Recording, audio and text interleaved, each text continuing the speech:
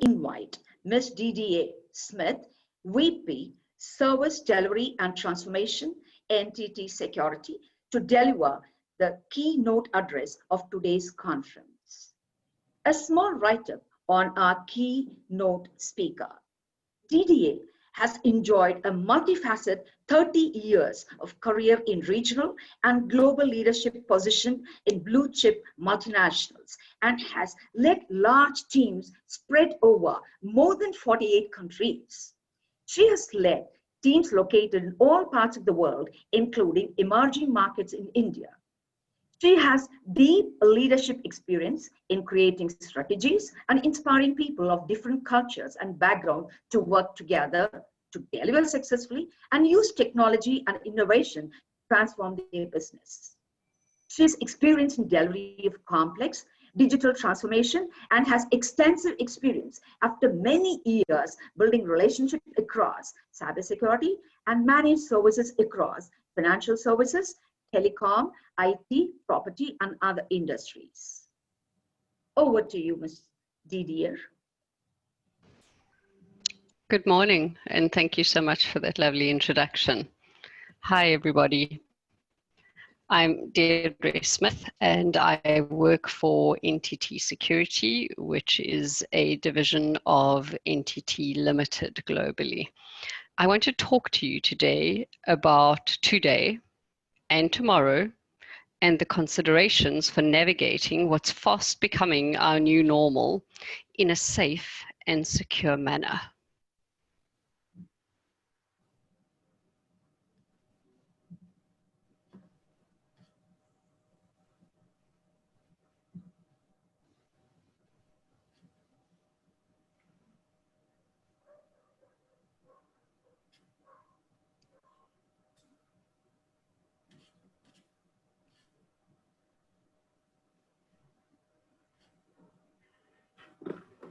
So, I suppose amid the fear of contagion today, working from home has really become the new normal for many of us professionals. And COVID-19 is impacting the globe like no event since World War II. I think we can all agree that. I know that many businesses have been crippled by the outbreak. Some have shut down, others are unlikely to recover, and several have already shut their doors, which is just tragic.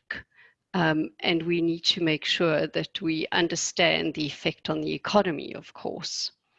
So I think the difficulty is that whilst that's happening, what's become really clear is that digital transformation has become a strategic imperative, whether or not you are ready. Most organizations have no choice under the current circumstances to go that route. And the reality is that you really can't achieve that with a fully developed cybersecurity infrastructure in place. I know, for example, that India is an exciting region where great strides are being made in digital transformation. We have a very large SOC in India, Security Operations Center, and I'm very proud of that SOC, and they evolve month by month, week by week. And so I'm acutely aware of the ability to transform and the absolutely amazing strides that are being made all the time. The reality is that managing unexpected change really does mean that security takes a back seat, right? Why? Because businesses are focused on getting things done. But the reality is now, more than ever, it becomes even more important for security managers to focus on the aspects of security designed to enable businesses to get things done and to do that in a secure manner. Because that's the job, right? To enable safe and secure operations in a way that under normal circumstances would not be possible. Fortunately, as we've learned through this pandemic, in a connected world, we can actually manage virtually, more so than we ever understood before.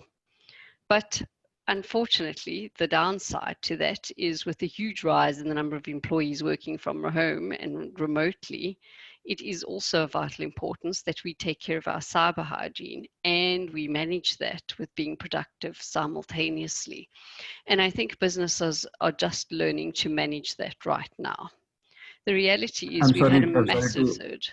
Sorry to interrupt. Are you sharing your screen, Didi? I am. We don't see that, so. Okay. Can you please share screen? Share again. Yep, I'll share again. Sorry to interrupt. No, all good. Let's try again.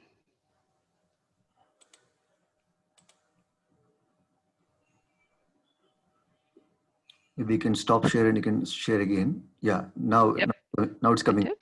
Is it? Yeah, it's awesome. coming. Okay. Great. We can see now. Thank you.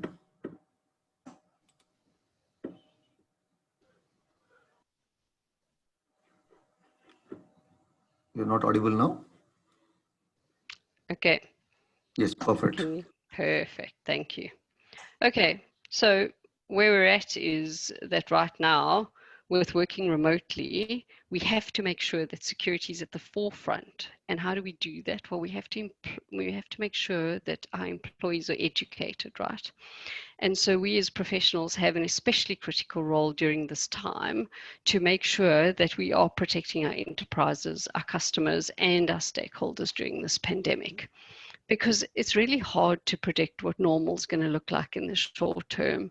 And I'm convinced that that's just not going to happen. We're going to evolve into what's a new normal. And that's really important for us to understand today so that we can navigate it today and tomorrow as well. Fortunately, we know that we have some amazing technical professionals in IT audit, in risk, in governance, in security, all across our communities globally. And today, more than ever, we need these people because these are the people who are well positioned to adapt and even thrive regardless of the changes that are in store for us. And it's really important for us to make sure that we have enough of them and that we continue to grow these people because we really, really need them going into the future. The reality is that COVID-19 is impacting people and companies. It doesn't only affect the health of people, but it also affects the health of those who are not yet infected because of the high risk. So it's really important for us to make sure that the people we do have, we support and we protect through this global crisis. And that's really difficult to do. Because whilst we're trying to limit social interaction, everybody has different ways of doing things. I can tell you that I've had the worst week on the planet. I didn't think 2020 could get any worse. But yesterday morning, one of my managers passed away from COVID. And we had been trying to protect him and make sure that we were taking all the necessary precautions. And he went in to the doctors. He was feeling just fine. And overnight, he died in his sleep because this pandemic attacked his lungs, and he just didn't wake up. And his wife phoned me yesterday morning, and I must say I could barely take her call.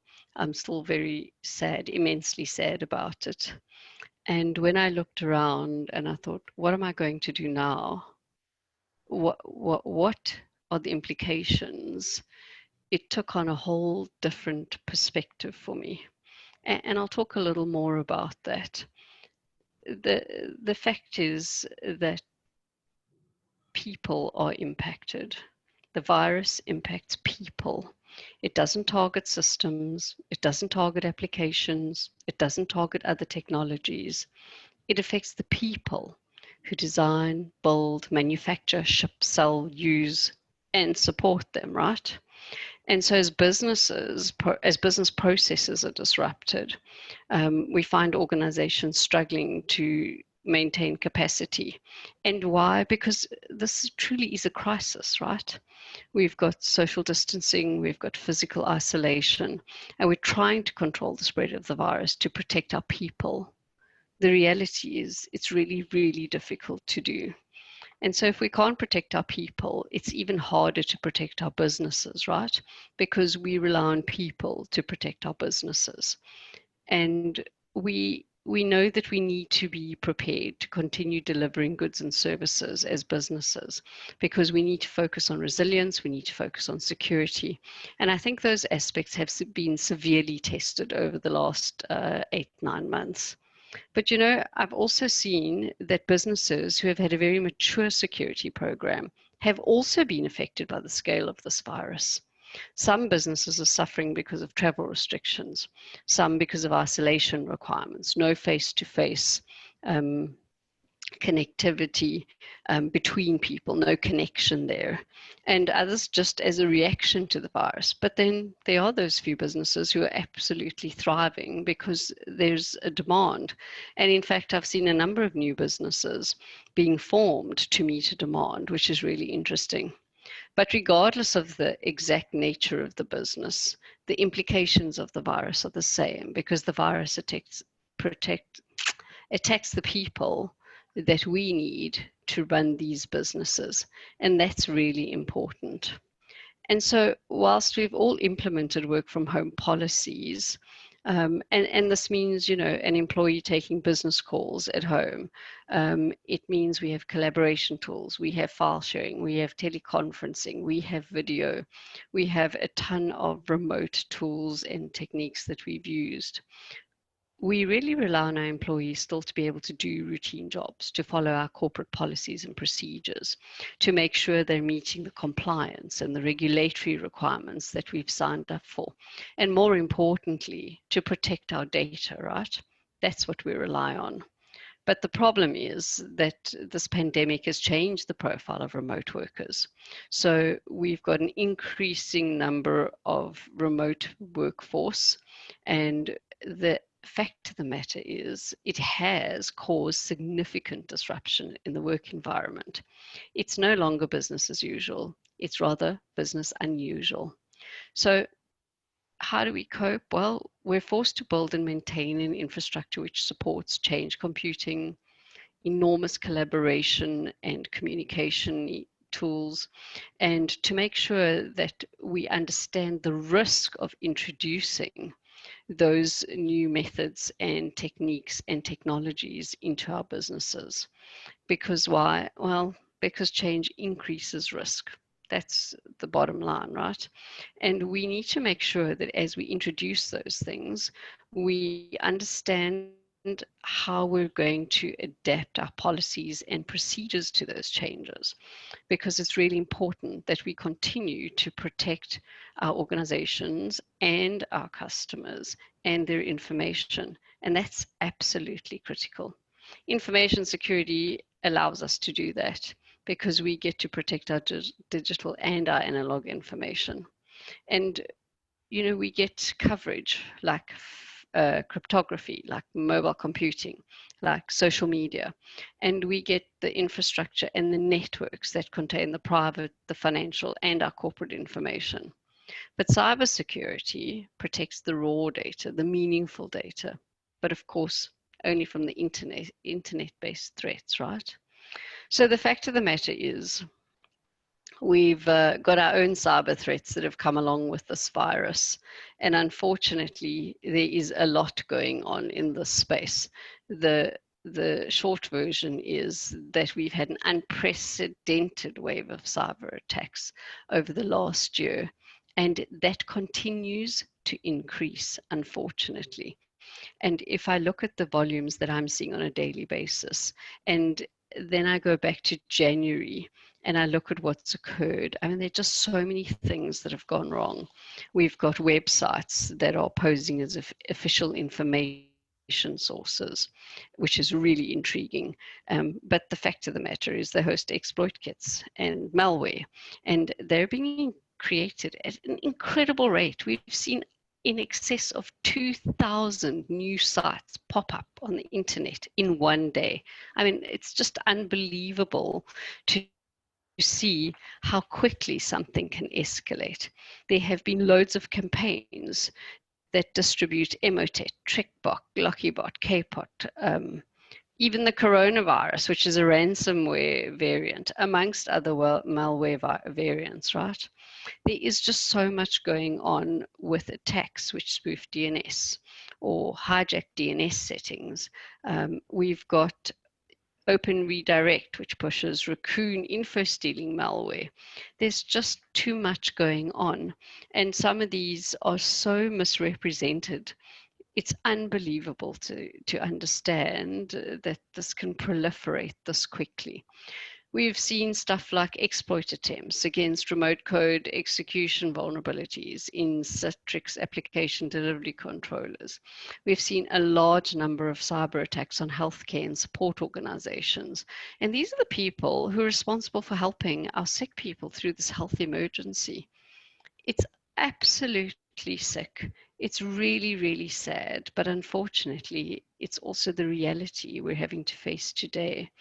Our company a few months ago put together a team, and I think we reached out to 4 continents to go and help out. We offered our services to go and protect all the hospitals and the healthcare facilities to make sure that they could take care of people and we would take care of their security, because you can't do both simultaneously. It's just too difficult, and especially under the circumstances. The reality is that looking back at 2019, 55% of all the attacks were a combination of web application and application-specific attacks. And that's just ridiculous.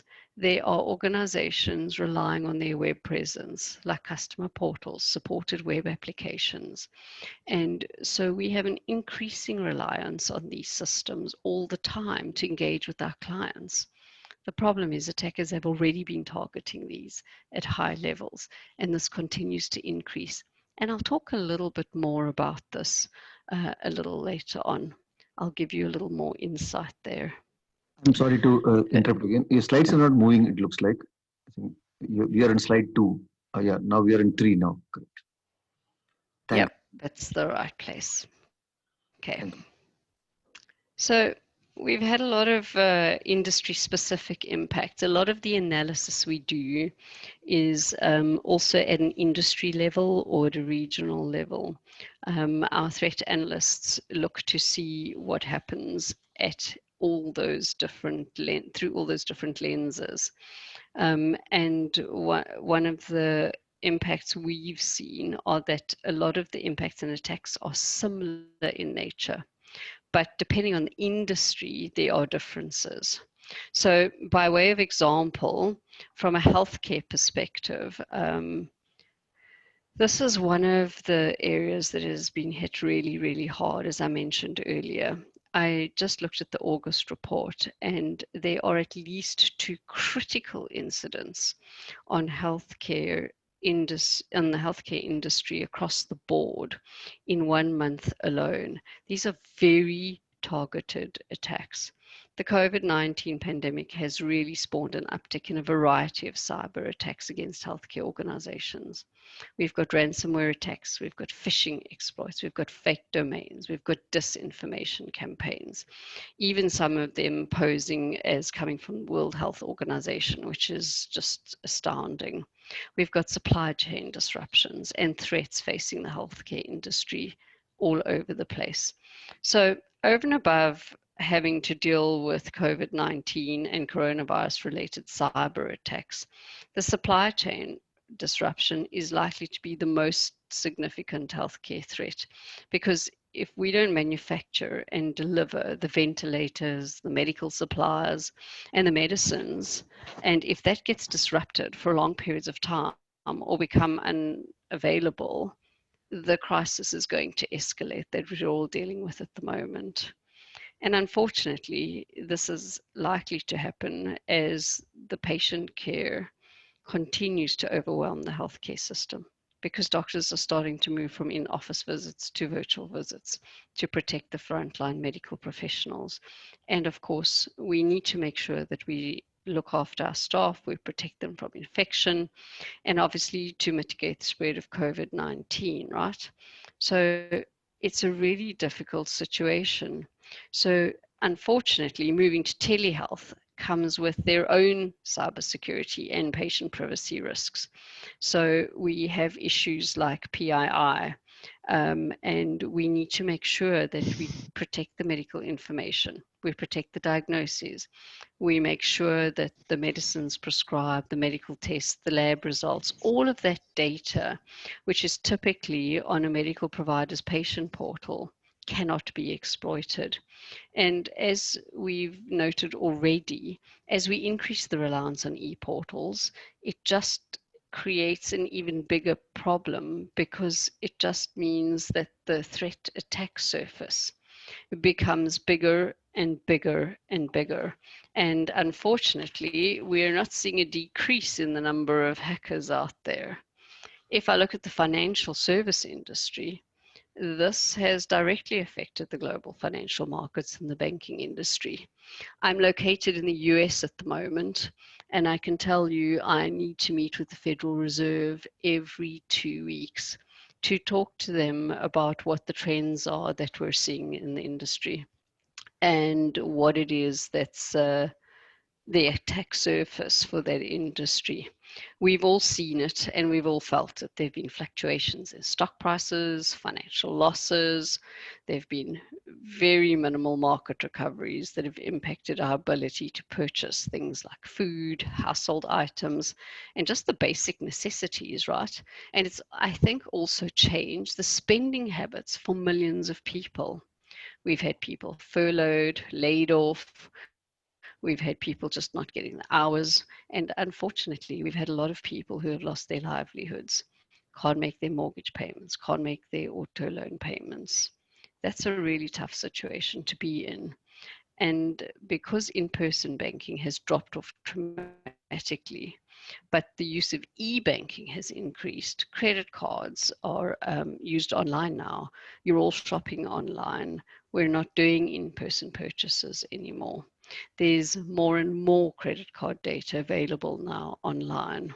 So commercial banking has got as many challenges as any other organizations who are unable to pay their bills or pay their leases and their mortgages and their loan payments. And that's a really, really tough one. Many organizations are looking for capital to support their cash flow and to keep their businesses open as we speak.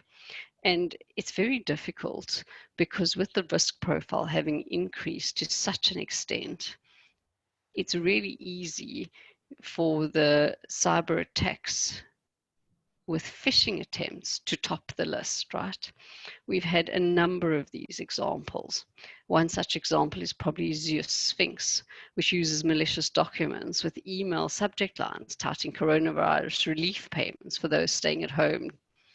And that's been really interesting to watch, because once you open that email, you know, your recipient is directed to click on a link to complete the download form, which infects the computer with the malware. At least in the financial services industry, I'm seeing this increasing every single month. And I've been watching this since April, and it just hasn't stabilized. Technology, well, we all know what that looks like right now. We need to use technology to remain in contact. And more with us not being able to be in contact, we have to rely on technology just for the basic day-to-day activities, never mind staying in touch, right? But even here, I see the supply chain and the vendor resource challenges, because we've got assembly lines and distribution channels that are failing because their people are subject to COVID-19 outbreaks, because their people need to be isolated. So the technology industry has also been impacted by just the basics that every other industry has seen. And whilst there has been an increase in business opportunities during this crisis, because of the increase in remote work and remote education and remote health care, the additional requirements are also pushing the thresholds of delivery and our customer service capacity. Now, there is a downside because, of course, all of this additional activity is taking its toll on internet bandwidth across the globe. And I've seen this in multiple locations. And we're also finding that lots of applications are being urgently implemented to make people work more effectively. The problem is they're not always properly secured. And I saw recently a schooling district in the United States about a week ago was taken down by a set of cyber criminals with some ransomware, and they had to bring in the FBI to come and help out and talk about how difficult that one was, because we had literally millions of learners online and then suddenly they could no longer work. So that was really, really interesting. And of course, you want to add insult to injury. You know, we find cyber criminals, a true form, are already doing attacks on overloaded emergency systems, law enforcement, fire departments, emergency dispatch systems. So, you know, we're seeing ransomware attacks, we're seeing denial of service attacks. It's just unprecedented, nothing I've seen like this before. And unfortunately, cyber criminals and other threat actors are just they're always trying to capitalize on a crisis, right? And that's just tragic under the circumstances. So I think the short version, though, when it comes to the technology industry, is that those who remain unsecured are going to continue to prove viable targets. And that's really important for us to understand. If I look at manufacturing by way of example, right, we see lots of supply chain issues here that plague the industry. And we're finding factories scaling back. We're finding factories that are ceasing operations. We're having factories closed down altogether. I cannot tell you that as I drive from one city to the next, how many institutions have closed down. I see factories, I see restaurants. It's unbelievable. And the reality is that we just don't have all the essential personnel and the critical infrastructure that we can keep completely safe from a physical and from a cybersecurity standpoint. The problem is that the increased demand from manufacturers requires much greater security for the organizations and for the personnel. And unfortunately, we're only as strong as the weakest link in the chain, right? And unfortunately, this is not something we've navigated before. So like many industries, manufacturers have to adjust their operations so that they can create a more digitized or more remote workforce, or even both, right? The problem again, if the network and system security are poorly implemented, the entire supply chain is affected. Now, we have had some organizations in the manufacturing industries convert operations. So that's been interesting. So we've had some stand up to create some critical items like PPE equipment. And also we've had to convert some of these companies to manufacture things they weren't doing before, like ventilators, right? Like hand sanitizer. I've never seen so many companies produce hand sanitizer as I have over the last 9 months. So there are ups and downs, but that one specifically from manufacturing perspective is really just supply chain. That one is huge, and that's something we have to protect at all costs. So I think every person on the planet has a really good understanding of what's happened to retail, right? Brick and mortar has literally, the bottom has dropped out of it, with so many retailers closing their doors and relying on online sales. But that means you have to have the right capabilities in place. You have to be able to take online ordering fulfillment, payment processing. And obviously you need the ability to ship or deliver your goods. You would all know that they have the same issues with supply chain dynamics. And unfortunately, at the moment, with manufacturing being a little unstable and with the effects of COVID being unpredictable on the supply chain, this obviously affects the distribution channels as well. So demand for some products has dropped considerably, but in others, we've had marketplaces where we've had panic shopping. I think at the start of this pandemic, I remember seeing tons of pictures and video clips and news clips about people running out of toilet paper, countries running out of toilet paper and hand sanitizer and cleaning products. I don't think I've been able to buy a sanitizing wet wipe since February this year, and I still can't find them, not anywhere. The short version is, though, that these guys are also having to rely on online capabilities to keep their businesses going. And with that instability in the internet sites, in the bandwidth, and relying on applications and tools, the exposure has just gone through the roof. So unfortunately, we just have more and more exposure all the time. We're getting new account holders, and we've got old account holders reactivating their accounts, right? Because you now have to shop online. You don't really have a choice. The problem is they become more susceptible to phishing attacks, especially the inexperienced online shoppers. And some of you would know this. You know, you're used to going out to buy your groceries. Now you're having to order them online from sites you've never used before or haven't used in years.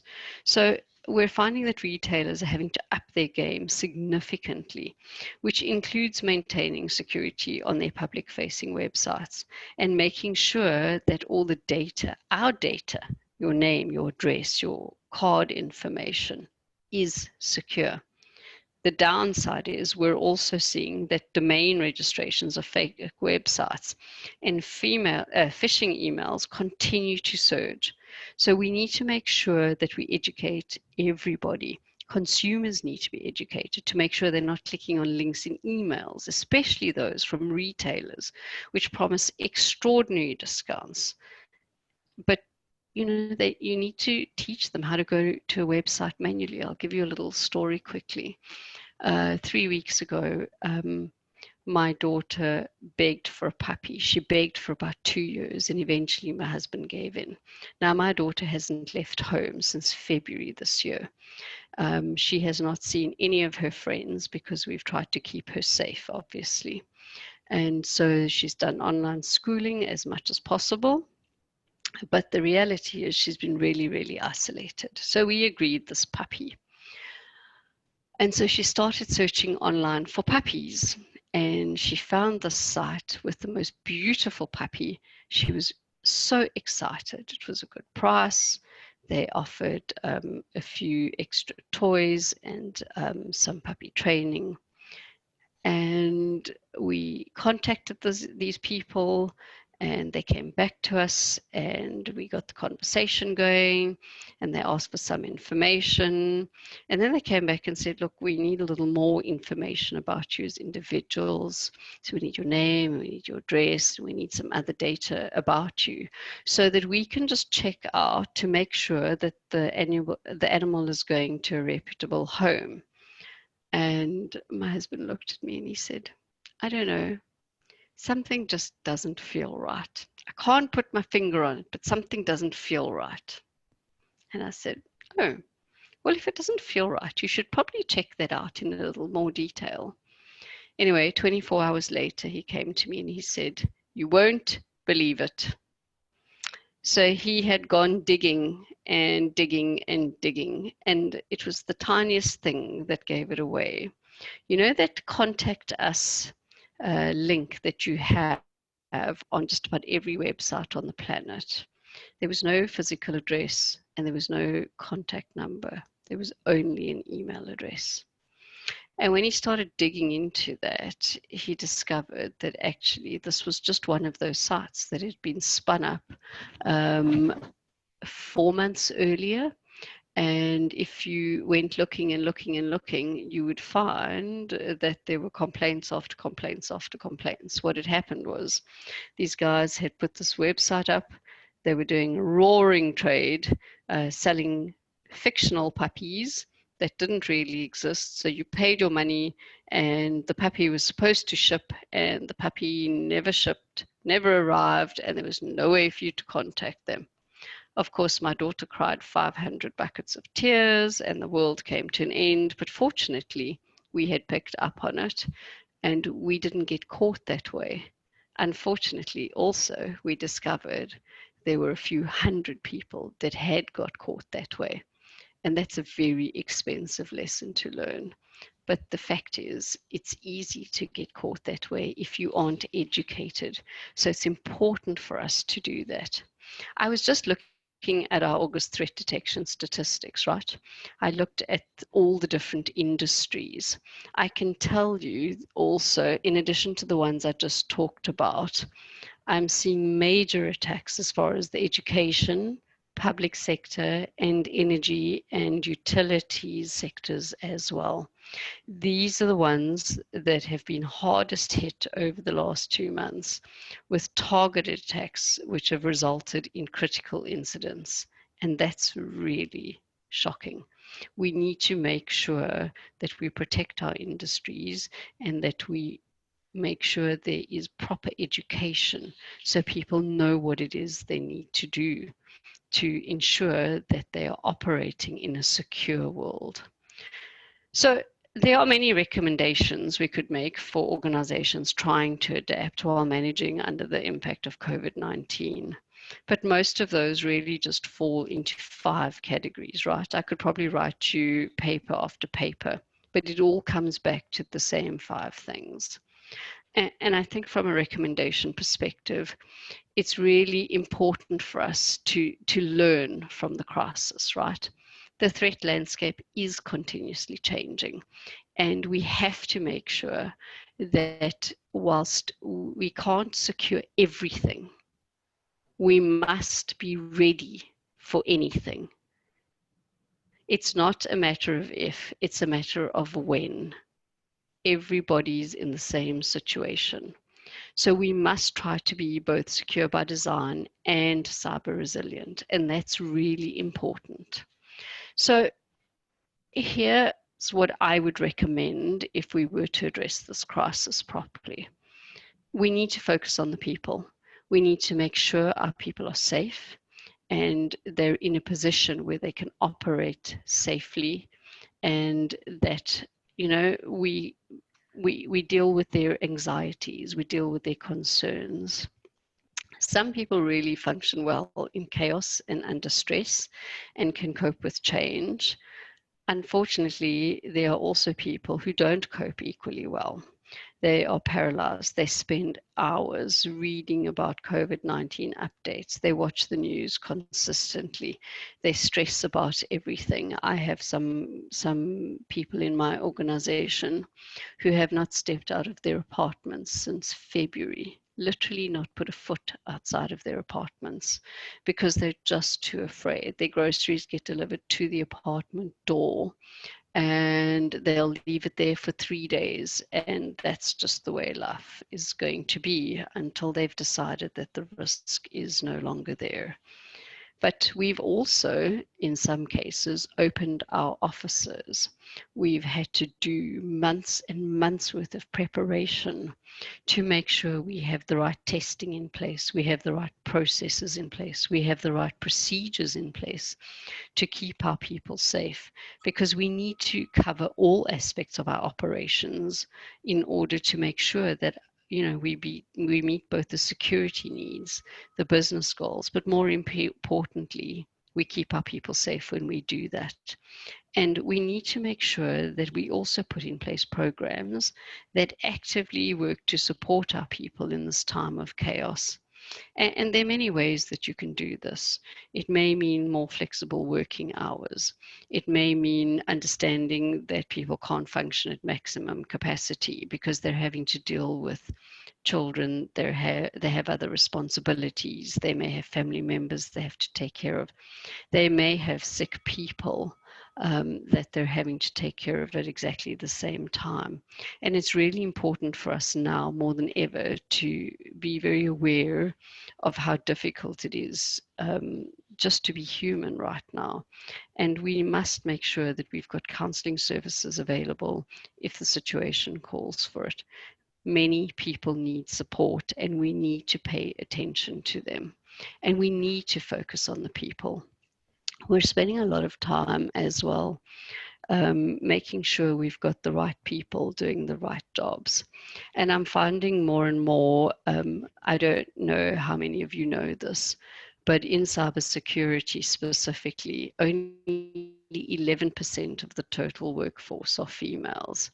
I have found, though, that over the last several months, more and more the women are coping particularly well. They're seeing things from a different perspective. They're offering additional insights and different ways of looking at things, because I suppose just because of the responsibilities that we generally have outside of the professional world, that's given us different insights into the professional world. But also, we just don't have enough people.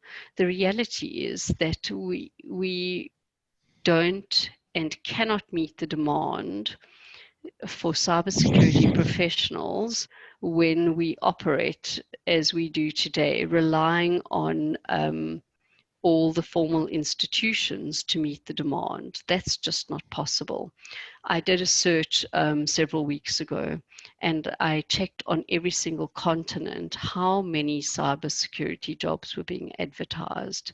It's just over 3 million jobs. That is a huge number. That's a lot of vacancies in one industry. The prediction is that by 2025, that number will be sitting closer to 10 million. We have to bring more women into the workforce to help us close that gap. And we need to make sure that we're able to educate everybody in a way that allows us to do so quickly without relying on the formal education systems. We need a different approach, right? In the same way we've needed a different approach to deal with this pandemic. The second thing I'd say is it's really important to prioritize carefully. We're in a really dynamic environment at the moment, which has forced us all to work differently. And so we know as organizations and individuals that our best laid plans have been derailed. Our initiatives have been derailed. It's caused organizations to review what was important, at the beginning of the year versus what's important now. And so we may have to change and reprioritize our initiatives. We need to evaluate the impact of those changes on our staff as well, and on the ability of the organization to move forward as well. But more importantly, to make sure that whatever the changes are, we take into account the security controls required as well. And that's really important for us as well, because we're going to have to look a little differently at the risks versus the value of the initiatives, especially when it comes to the secure management of data, especially right now in this world that is under attack so badly. Of course, we can't forget about security. We just have to adjust, and we need to do so in a rapidly changing landscape really fast. We need to protect our people, but we also need to protect our operations. We need to make sure we get the job done in a secure manner, one that protects our organizational assets. Because we have so many different businesses and so many different industries with different priorities, they have different models, different regulatory requirements, different expectations that need to be met. We've got lots of organizations, and I talked a little earlier about those like patient healthcare information, customer financial records, and we need to make sure that we meet the compliance and regulatory requirements. And you only do that by making sure you have the right security measures in place. When we're rolling out these applications quickly or updating features to be able to operate remotely or to help our clients cope better and deal with us better, we need to make sure that we consider security first. We're not asking how do we do this anymore. We're asking how do we do this securely. That's the key question going forward. How do we do this securely? We need to re-educate. We need to make sure all our employees are aware of the heightened threat landscape. We need to make sure they're aware of the policies, procedures, acceptable practices. We need to make sure that we effectively communicate these new rules, these new processes, or these updated processes so that we can continue to operate and manage the impact of this pandemic on the business as well. The reality is we need to make sure that we over communicate from an education perspective, especially because a huge part of the attack surface is related to phishing attacks. And we must give people the information they need to do some of the checks that we expect them to do. It's really important for us to make sure that we help employees understand and reduce their exposure to hostile sites and misinformation, right? And then, of course, last but not least, we have to make sure we emphasize good security hygiene. We are in chaos, and threat actors are continuing to take advantage of the chaos by escalating the cyber attacks. And unfortunately, those attacks will take advantage of any lapse in our security preparedness.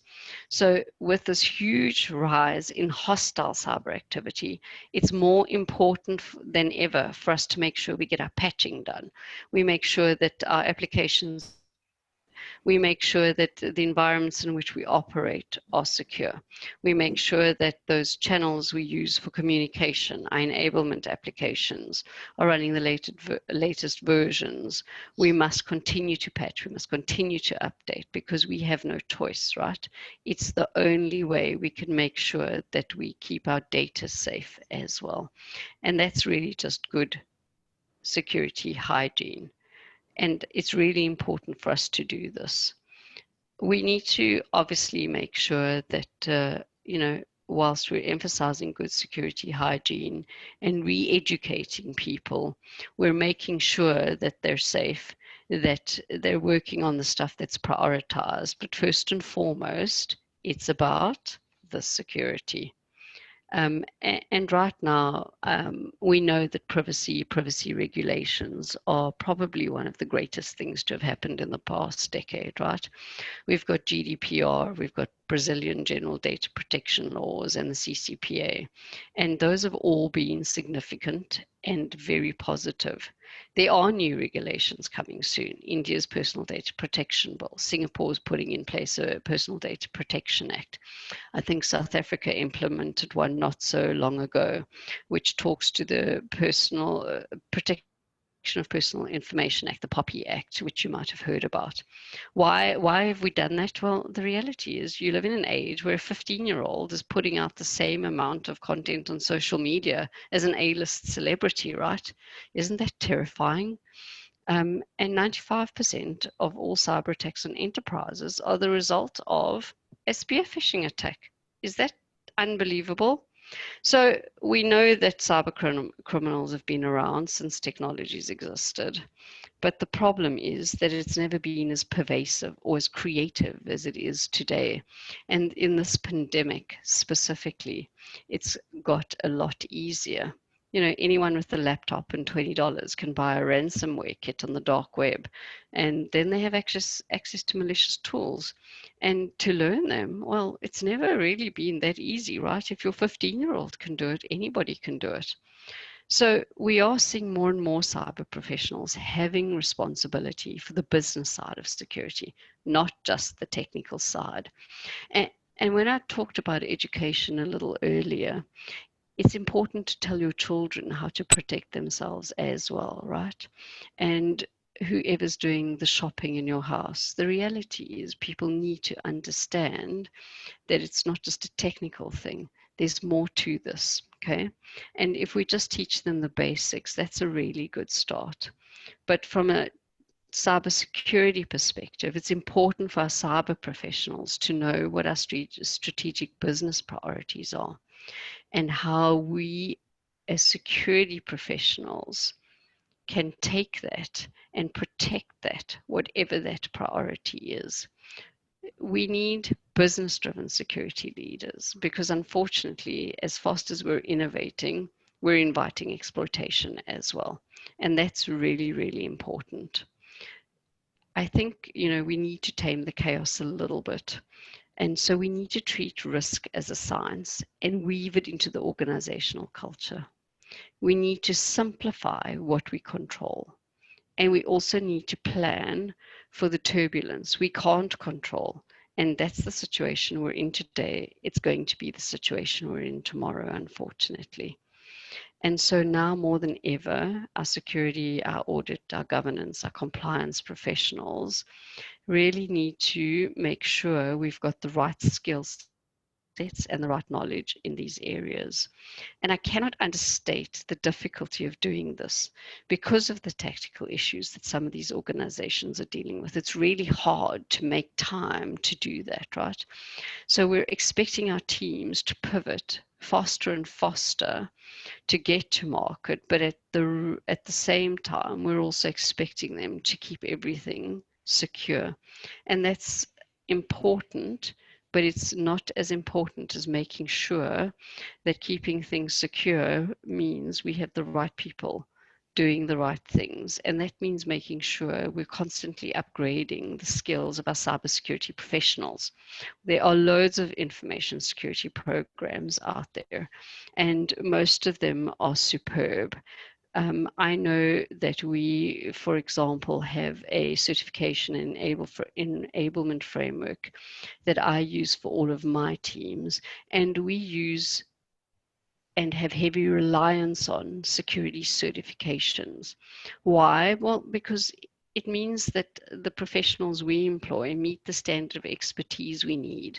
They understand the best practices, and they know exactly what the organizational priorities are that they have to protect. I know that ISACA's certification, the CISA, to the new certifications like CSXP and CDPSC will help all of our people. And we've got a number of these curriculums incorporated into our certification and enablement framework. And we're constantly measuring how many qualifications our people have and making sure they have the right ones to be able to do that. And that's really important for us. So in conclusion, I really want to leave you with just this. If you do nothing else, remember to ask every day, how can we do this securely? It's really important for us to do that. We need to make the right investments, people, process, technology, and cybersecurity, right? Why? Well, because unfortunately, when we look at the global risks report, cybersecurity is twice in that list. Cyber attacks on infrastructure and cyber attacks on money and data. Unfortunately, that's just the way it is today, and it's not going to change tomorrow. And you probably are all aware, because we all listen to the newspaper, read the newspapers, listen to the news, read online. We can't necessarily recover, and there are businesses who come under cyber attack and never recover. Some of them close their doors. Some of them do recover, but it significantly weakens their position in the market. We have to have the ability to anticipate and prevent disruptions. We must make sure that now more than ever, we have the right people, technology, and controls in place to be able to respond quickly to disruptive events. We have to be ready for anything. Again, how can we do this securely? I thank you for your time. My esteemed colleagues are going to be sharing with you some insights into the cybersecurity landscape in India, how we do cybersecurity intelligently, including secure transmission. I'm sure you'll find these topics enlightening and these insights educational. And I thank you for the opportunity to talk to you about this particularly important topic today.